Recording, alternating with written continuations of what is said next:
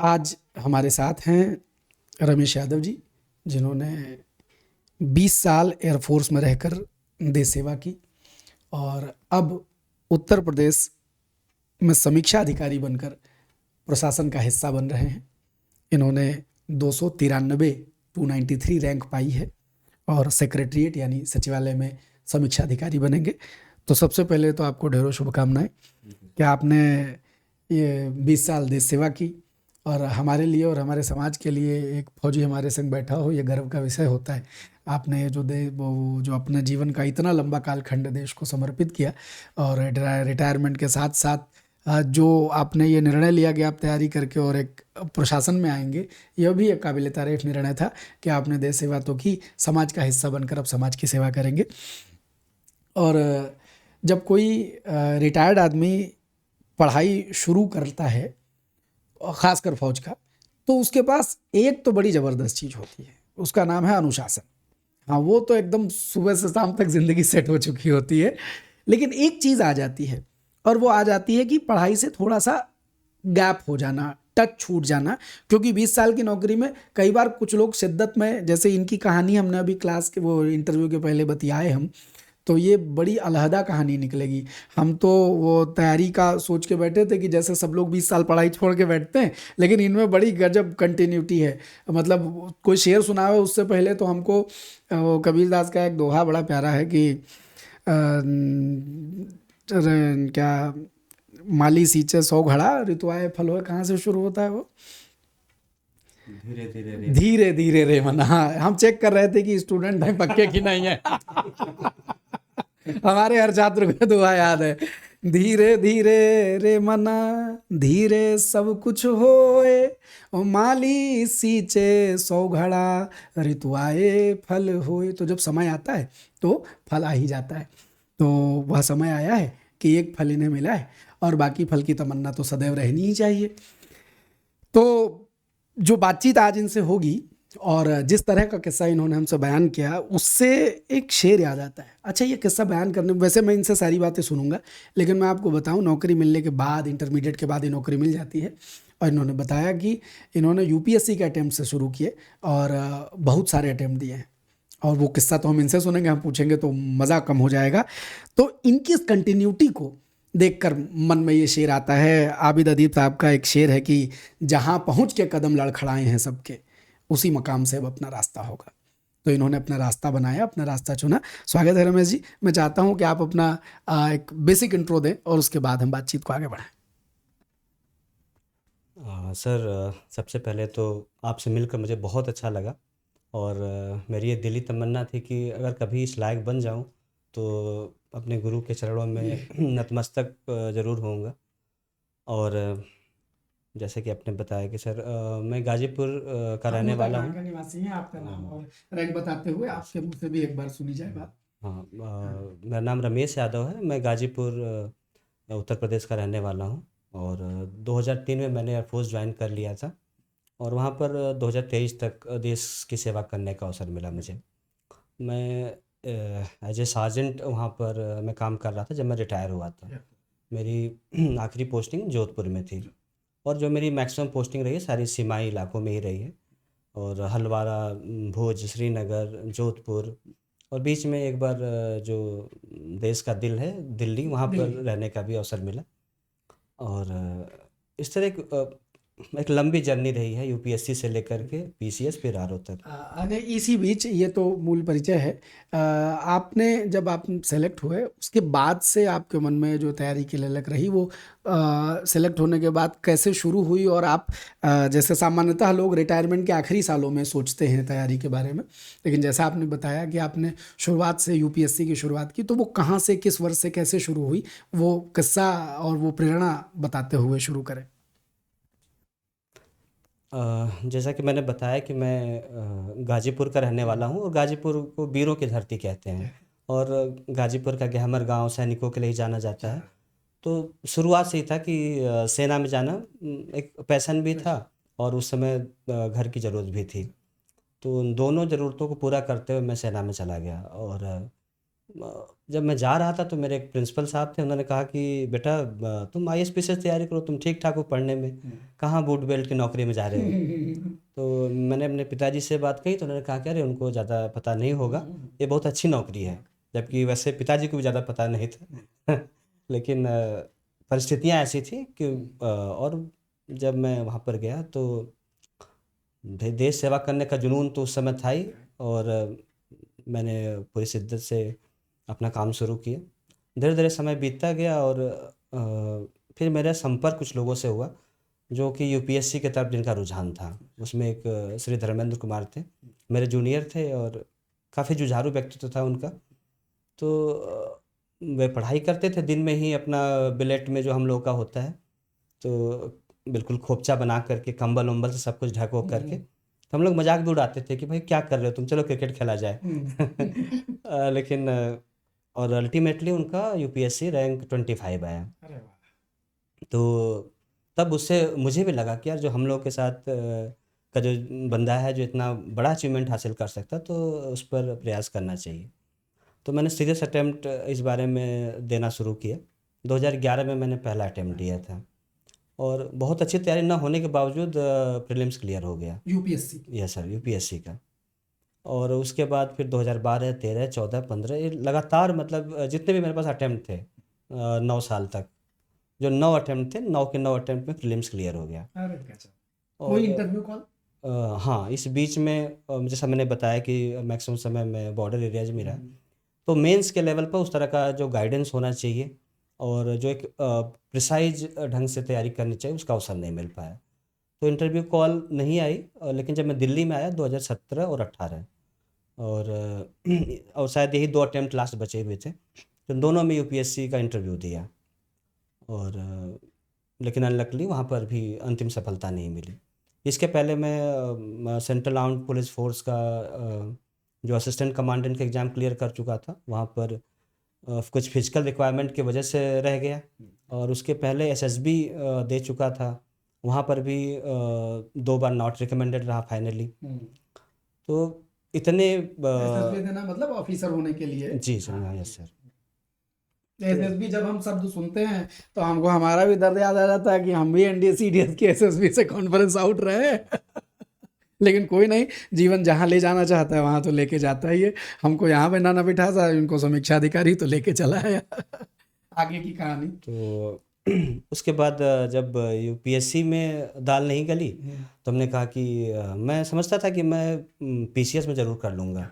मुझे लगा मैं शायद तुर्रम खान हूँ और हाँ, इस तरह से, UPSC का दिया है तो। हाँ, तो मैं कर लूँगा। और मैंने PCS देना शुरू कर दिया। तो सर्विस में रहते हुए एक आख अटेम्प्ट दिए और वहाँ पर भी मेंस लिखा। फिर जब सर्विस से आउट हुआ तो 22 और 23 का अटेम्प्ट दिए और वहाँ पर भी फाइनली सेलेक्ट नहीं हुआ। 24 में फिर से इंटरव्यू दिया और इस बार ऐसा लग रहा था कि शायद अंतिम सफलता मिल जाएगी। और 25 का मेंस दे रहे थे और 2 पेपर दे चुके थे। रिजल्ट आया? और उसी बीच रात के 12 बजे रिजल्ट आया। रिजल्ट क्या आया, मतलब एक तरह से वज्रपात हो गया। और पूरी रात बस यही सोचते निकल गई कि मैं इस क्यों फील्ड में आ गया, इस UPSC के या PCS के इसमें। बस यही सोचा कि इसने दिया क्या मुझे, ज्ञान के अलावा तो शायद कुछ भी नहीं दिखाई पड़ रहा है। और शायद इस समय मुझे ज्ञान से ज़्यादा इस पद की ज़रूरत थी। काफ़ी 2-3 साल बीत चुके हैं सर्विस छोड़े हुए। फाइनेंशियली भी चीज़ें अब धीरे धीरे कठिन होती जा रही थी। मैंने घर बनवा लिया तो वहाँ पर चीज़ें काफ़ी, जो भी इन्वेस्टमेंट था, पैसा था, वो सब लग चुका था। तो उस नौकरी की बहुत ज़रूरत थी। और नौकरी की ज़रूरत थी, साथ ही साथ जो लोगों की अपेक्षाएं मेरे साथ लगातार बढ़ रही थी, पलती जा रही थी, हाँ, उसको भी। UPSC का इंटरव्यू और फिर PCS की तैयारी हाँ। तो लोग उम्मीद तो करने लगते हैं। और बच्चे भी पूछते रहते थे कि इतना क्यों पढ़ते हो, आखिर करना क्या है। लेकिन उनको अच्छी तरह समझा नहीं पाता था, छोटे हैं वे जैसे।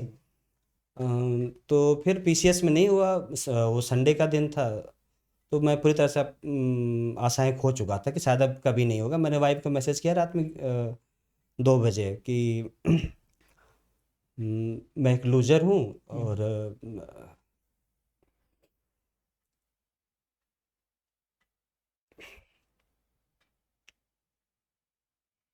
कोई बात नहीं, यही यही तो जीवन का आनंद है। ये जो ढेर सारे दुख के बाद एक सुख मिलता है, यही सच में जीवन का आनंद है। तो फिर अगला संडे आया और उस दिन पता चला कि फिर रिजल्ट आने वाला फिर है। रिजल्ट आने वाला है। तो मुझे लगा कि अब शायद ये सब चीज़ें ठीक नहीं है। अब मैं 10-11 बजे मोबाइल बंद करके सो गया। मुझे लगा कि छोड़िए, जो होगा देखा जाएगा। मैं शायद वो गीता के निष्काम कर्म की तरफ बढ़ गया आ था। गया था। अब रिजल्ट की चिंता छोड़ चुका था। हम्म, और रात को फिर 2 बजे 3 बजे नींद खुली एक बार मेरी। मैंने कहा ठीक है, एक बार देख ही लेते हैं वैसे जो भी होगा। तो मैंने देखा कि मेरे 3-4 मित्रों के फ़ोन आए हुए थे। मुझे लगा कि अगर किसी के फ़ोन आए इतनी रात में तो कुछ अच्छी बात हुई होगी, कि अगर फेल हो जाता तो शायद कोई फ़ोन और तो हाँ, फिर चेक किया तो नाम था। काफ़ी मतलब खुश हो गया, परिवार को जगाया कि शायद अब कुछ बेहतर हुआ है लाइफ में। तो सर इस तरह से फिर ये निराशा के आखिरी क्षण में जब आप अपने हथियार डाल दें, उसके बाद जो अचीवमेंट मिलती है, और ये सच में उन छात्रों के लिए प्रेरणा है। आपने तो 20 साल की नौकरी की और उसके बाद परिस्थितियों से जूझ करके लड़ करके आगे बढ़े।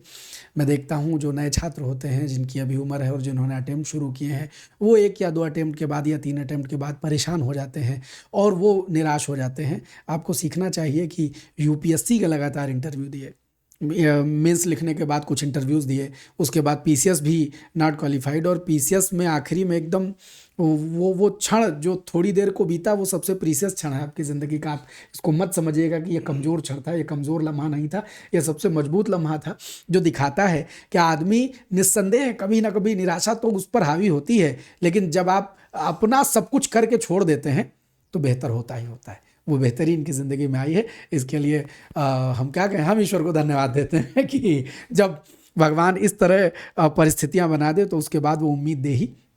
और जितने भी असफल छात्र हैं उनके लिए आज रमेश आपके लिए एक प्रेरणा है कि डजेंट मैटर कि आपको अपना काम करना है। ये सीख लीजिए कि आपको अपना काम करना है, और उसके बाद तो फिर जो हरी इच्छा है वो तो होगी ही होगी, और ये एक बेहतरीन मौका आपको मिला। अब हम ये चाहते हैं कि ये तो हमारी आपकी जानकारी बातचीत हो गई, चूँकि आपका यूपीएससी का भी अनुभव है और आपने पीसीएस भी दिया है, तो निस्संदेह आपने कितनी सफलताएं पाई है मैं सबको बताता हूँ। आपने कितनी असफलताएं पाई, आपने कितने मेंस लिखे, आपने कितने इंटरव्यू दिए, कोई नहीं गिनता है। सच बताता हूँ, कोई नहीं गिनता है। सिर्फ एक सफलता गिनी जाती है। और अब आप शायद इनका अनुभव सुनेंगे, लेकिन ये कहते हैं मैंने इतने इंटरव्यू दिए हैं, अब मेरी बात सुन लीजिए, तो शायद ही कोई सुनता। मैं सच कहता हूँ, शायद ही कोई सुनता। तो सफलता का दिन वो लाना ज़िंदगी में ज़रूरी होता है, और वो ये लेकर के आए हैं। तो अब आपको ये बताएंगे कि जो इनका अनुभव रहा है और जो इतनी लंबी लड़ाई रही, इस लड़ाई में जीएस और हिंदी और इस सब की क्या उपयोगिता रही, और तैयारी बेसिकली जीएस की तैयारी आपने कैसे की, आपका जो अनुभव है इतना लंबा वो क्या रहा। सर जीएस के लिए तो मुझे लगता है कि जब मैं यूपीएससी देता था तो वहाँ पर आपको कंसेप्चुअल क्लैरिटी पे बहुत ज़्यादा फोकस होता था, और पीसीएस में थोड़ा उससे अलग है। अब कॉन्सेप्ट के साथ साथ आपका फैक्ट पर बहुत अच्छी पकड़ होनी चाहिए। तो अगर आप जीएस को तैयार करना चाहते हैं ठीक से, तो आप जो एक स्पेशलाइज्ड बुक होती है हर एक सब्जेक्ट की, पहले तो आप वो पढ़ लीजिए। जैसे आपकी पॉलिटी है तो आप लक्ष्मीकांत पढ़ लीजिए, और उसके बाद फिर एक कोई अच्छी किताब से परीक्षावाड़ी है, आप उसको अच्छे से तैयार कर लीजिए। और उसी तरह से फिर आप अगर आपका हिस्ट्री है तो आप स्पेक्ट्रम देख लीजिए। इन्वायरमेंट है तो उसके लिए परीक्षावाणी की अच्छी किताब आती है, वो पढ़ लीजिए। और साइंस के लिए भी परीक्षावाड़ी ही मैथ बेहतर किताब है। ये सब करने के बाद फिर आप पीवाईक्यूज पे जाइए। कम से कम 30-35 सालों के जो घटना चक्र से पीवाईक्यू जाते हैं उनको अच्छे से तैयार कर लीजिए। और जब आप लगाते हैं तो आप देखिए कि कौन से फैक्ट आप भूल रहे हैं बार बार, उनको आप अलग से उनकी एक लिस्ट बना लीजिए। आपके 35-40 पन्नों में वो लिस्ट बन जाएगी, और अब उनको आप रिवाइज कीजिए एग्ज़ाम के टाइम 2-3 बार। और अगर आप कोई टेस्ट सीरीज लगाना चाहते हैं तो टेस्ट सीरीज में मैं तो ज़्यादा नहीं लगाता था, लेकिन उसमें जो उनके आंसर्स होते हैं बस वो आंसर्स आप ज़रूर देख लीजिए, उसमें जो फैक्ट निकल के आ रहे हैं उसको देख लीजिए। तो ये है बाकी जीएस की तैयारी। जीएस के लिए सर। अच्छा, हम कैसे मिल गए? ये हम मिल ही जाते हैं, इसीलिए हम पूछ रहे हैं कि हम कैसे मिल गए। सर आपका मिलना तो मुझे लगता है कि शायद मेरा जीवन बदलने वाला क्षण था। अगर आप नहीं मिले होते तो शायद ये जर्नी यहाँ तक भी नहीं पहुँच पाती। असफलताओं की लिस्ट में एक और कड़ी जुड़ जाती। नियति ने रख रखा था वो न जुड़ती। इसीलिए वो मिला देते हैं जहाँ मिलना होता है। क्योंकि हिंदी मतलब एक वीक पॉइंट था। एयरफोर्स में काम करते हुए ज़्यादा हिंदी से पाला नहीं पड़ता था। बहुत सारे काम इंग्लिश में ही होते थे, जो भी करस्पॉन्डेंस तमाम चीज़ें जो भी। तो हिंदी की जब शुरुआत में उठाई तो लगता था कि ये तो बड़ा मुश्किल काम है। और फिर कुछ रटने वाले चैनल भी मैंने चूज़ किए, चूज किए। जो बताते थे कि ऐसे रटो वैसे रटो। जो उन्होंने बोला कि जैसे चषक है तो बोला स है तो देखो एक शराब की प्याली है, उसके बीच से ऐसे किया हुआ है। कुछ अजीब अजीब वो ट्रिक बताते थे। मैं ट्रिक को घोटना शुरू कर रहा था। फिर अचानक से मतलब यूट्यूब पे ऐसे स्क्रॉल करते हुए एल्गोरिदम, हाँ, जय हो एल्गोरिदम की। हाँ। जय हो। और मुझे चैनल दिख गया। तो जैसे मैंने 1-2 दिन पढ़ा, जैसे आप कहते हैं कि बस 7 दिन पढ़िए मेरे साथ तो एकदम सगल हो जाएगा। तो मुझे तो लगता है 2-3 दिन में ये सगल हो 2 गया। दिन हो गए थे। और सर की बातें जो थी, मतलब पढ़ाना तो अच्छा ही, लेकिन साथ जो सर कुछ ज्ञान देते हैं, साथ में कुछ अच्छी बातें करते हैं, वो मुझे बहुत अच्छी लगती थी। कुछ शेरो शायरी, कई लोग कमेंट वमेंट करते थे नहीं ये समय की बर्बादी है। मुझे लगता था कि नहीं नहीं यही तो सही समय चल रहा यही है। तो सही समय है। लेकिन वो सर और धीरे धीरे मतलब हिंदी के ऊपर पकड़ बननी शुरू हो गई थी। सर का जितने भी मतलब वो सीरीज आती थी, विहंगावलोकन करके उन सर ने शुरू की थी। मैंने केवल घटना चक्र पढ़ी थी हिंदी के लिए, और सर का वो जो सारे जितने भी लेक्चर्स थे आपके, वो सब देखा था। और फिर एग्जाम के टाइम जो विहंगावलोकन और कुछ आपने शायद 25-36 प्रश्नों की भी हाँ, एक, लिस्ट अलग से। हाँ वो शुरू की थी, वो देखा था। फिर जब मेंस आया तो मैं मेंस के टाइम में मैक्सिमम पीसीएस पे ही फोकस था। और तब फिर मेरे पास फिर समय कम था हिंदी के लिए, मैंने फिर से बस केवल विहंगावलोकन देखा। जब मैं खा रहा होता था उस टाइम भी अपना वीडियो लगा चला के रहा सुनता था। रहता था। और इस तरह से हिंदी में मेरे बहुत अच्छे मतलब हुए थे।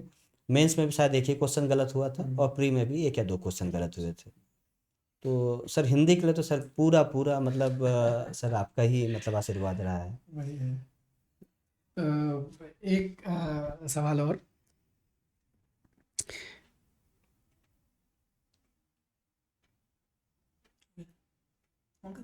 फिर से पॉज कर।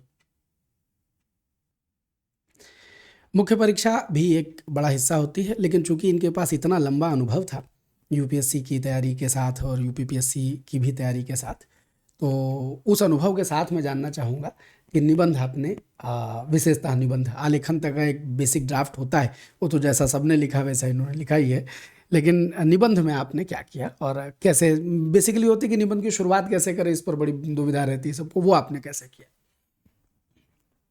निबंध में अक्सर लोग बताते हैं कि आप कोई कहानी कविता इस तरह चीज़ें शुरू करें। तो मुझे लगता है कि कोई ज़रूरी नहीं है कि आप अगर आपको नहीं आती, आप उस पर सिद्धहस्त नहीं है, तो आप इस तरह की गड़बड़ मत कीजिए कि आप उसके लिए उसी के प्रयास पीछे करें। भागे। आपके पास अगर आपका अपना कोई यूएसपी है जो है, तो उस पर आप काम कीजिए। हो सकता है कि आप फैक्ट के साथ बहुत अच्छा चीज़ों को कर पाते हैं। कोई अंतर्राष्ट्रीय संस्था है उसकी रिपोर्ट के साथ जा रहे हैं।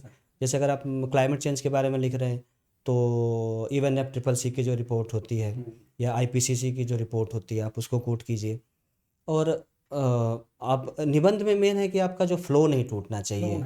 आप जब भी निबंध लिख रहे हैं तो आप जब जैसे पैरा ख़त्म करते हैं तो दूसरा पैरा पिछले पैरे के साथ जुड़ा होना चाहिए, ताकि ऐसा ना लगे कि अचानक से, जैसे हमें लगता है कि अगर आप हाईवे पर गाड़ी चला रहे हैं तो एक स्मूथली रन कर रही है, कुछ वैसा निबंध में फ्लो होना चाहिए। तारतम्यता जिसको कहा तारतम्यता जाता जिसे है। हम कहते हैं अच्छे शब्दों में, वो होता है।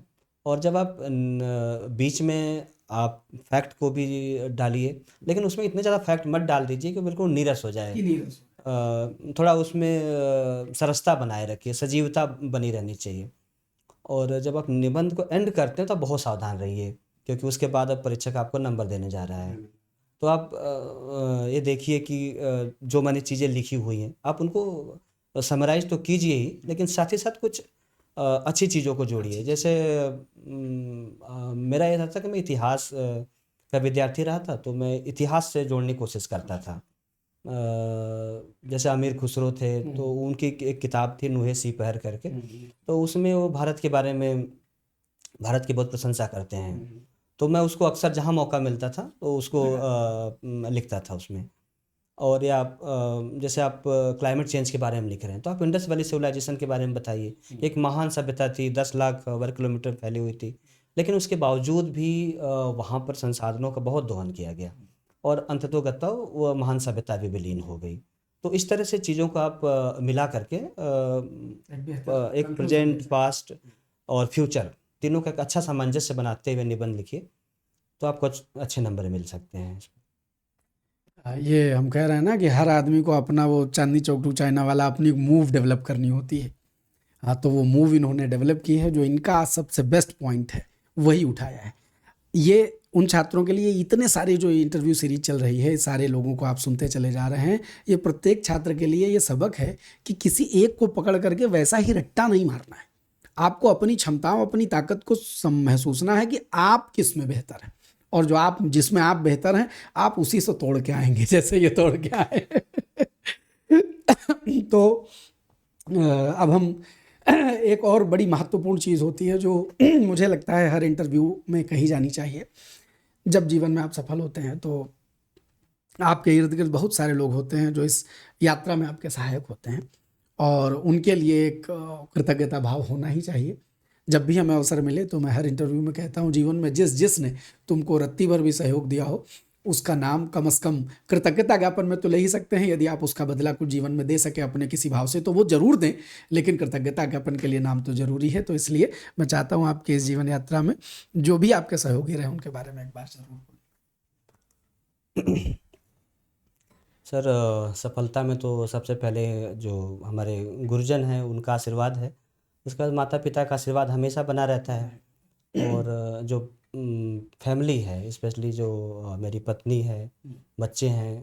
खैर बच्चों के बचपन के साथ भी कई बार समझौता करना पड़ जाता है, वो भी मतलब हमें समय देते हैं पढ़ने के लिए, तो उनका भी बहुत बड़ा आभारी मैं हूँ कि उन्होंने कम से कम मुझे झेला इतने समय तक। और कुछ मेरे बहुत अच्छे दोस्त रहे जो लगातार मुझे मोटिवेट करते रहे, उनका नाम भी मैं लेना चाहूँगा। एक सुरेंद्र यादव सर थे और अभी भी हैं, और पेशियस लगातार दे रहे हैं, और उन्होंने मुझे काफ़ी मोटिवेट किया। एक मेरे बड़े अच्छे दोस्त हैं गौरव लिंगवाल, उत्तराखंड से हैं, एयरफोर्स में हैं। तो इस बार जब मेरा इंटरव्यू में नहीं हुआ तो मैंने फ़ोन किया, बोला सर क्या हुआ, फिर से वही कहानी। हमने कहा यार, कह रहे आप इतने दुखी क्यों हो रहे हैं, अब तो आपको आदत हो जानी चाहिए फेल होने की। जबरदस्त अब आदत हो जानी चाहिए फेल होने की। ये भी गजब तो मोटिवेशन है। और मैं बहुत लोगों से बातें नहीं कर पा रहा था क्योंकि सब यही पूछते हैं क्यों नहीं हुआ, क्या हुआ। लेकिन गौरव ने जो बात कही तो फिर से मोटिवेशन मिला, बोला सर आप पढ़िए, होगा, ज़रूर होगा। तो और इसके साथ साथ जो मेरा भाई है छोटा, उनकी पत्नी है, वो लगातार वो लोग भी मेरा साथ देते रहे, और इस तरह से मतलब लंबी जर्नी रही, बहुत सारे लोग मिले, और एयरफोर्स में बहुत सारे लोग हैं जो मेरी सफलता कामना करते थे। मैं उन सब का मतलब तहे दिल से शुक्रगुजार हूँ। जी सर। आपने इस कृतज्ञता ज्ञापन में एक बात कही, निस्संदेह बच्चे चाहते हैं कि वो पिता के संग खेलें, तो उन्होंने झेला नहीं, असल में आप उनके लिए एक नज़ीर बने हैं, एक हौसला बने हैं। और मुझे शाहिद अंजुम का एक शेर याद आता है, और इसी से मैं इस बात को ख़त्म करूँगा कि मुझको वो हूबहू इन पर बैठता है सेट, इसीलिए। अच्छा, ये मास्टर होने का, शायर होने का ये फ़ायदा है कि शायरी की कमी नहीं रहती है। हर व्यक्तित्व के अनुसार शायरी लिखी गई है। सुनिएगा कि मुझको तिनका समझने वाले सुन, मुझको तिनका समझने वाले सुन, एक परिंदे का घोंसला हूँ मैं। मुझको तिनका समझने वाले सुन, एक परिंदे का घोंसला हूँ मैं। कोई मुझको हरा नहीं सकता, अपने बच्चों का हौसला हूँ मैं, अपने बच्चों का हौसला हूँ मैं। इसी के साथ रमेश जी आपको बहुत बहुत धन्यवाद, छात्रों को इस बेहतर कहानी से रूबरू करवाने के लिए। सच में आपकी कहानी, आपके भाव और आपकी लगातार की असफलताओं की जो आदत आपने डाली ये अल्टीमेट है। आप सब जीवन में, अच्छा एक बात, सबके साथ कुछ मित्र होते हैं जो उनका सहारा होते हैं। आपको कभी लगे कि आप ऐसी किसी लगातार असफलता की सीरीज में फंस गए हैं और आपको लगे कि हम किससे बतियाएं, तो अगर आपके पास कोई साथी सखा दोस्त न हो, हम हैं, हमको फ़ोन करिएगा, हमसे बतियाइएगा। आपके सब सुख हमारे, सब भगवान करे सब सुख तो आप ही के रहें, लेकिन आपका कोई दुख हो तो हमारा है। उस दुख में हम आपके बराबर बराबर के साथी रहेंगे, कभी बिल्कुल चिंता न करना। हाँ, कि कोई ऐसा दुनिया में नहीं है जिससे हम अपना दिल का दर्द कहें, हम हैं। कोई नहीं है तो तुम्हारे सब दर्द सुनने को हम रहेंगे सदैव। तो इस बेहतरीन शाहिद अंजुम साहब का जो शेर आपने सुना, इसके साथ और रमेश यादव जी को धन्यवाद देते हुए इस एपिसोड को करते हैं ख़त्म। मुलाकात करेंगे किसी अगले एपिसोड में, तब तक के लिए जय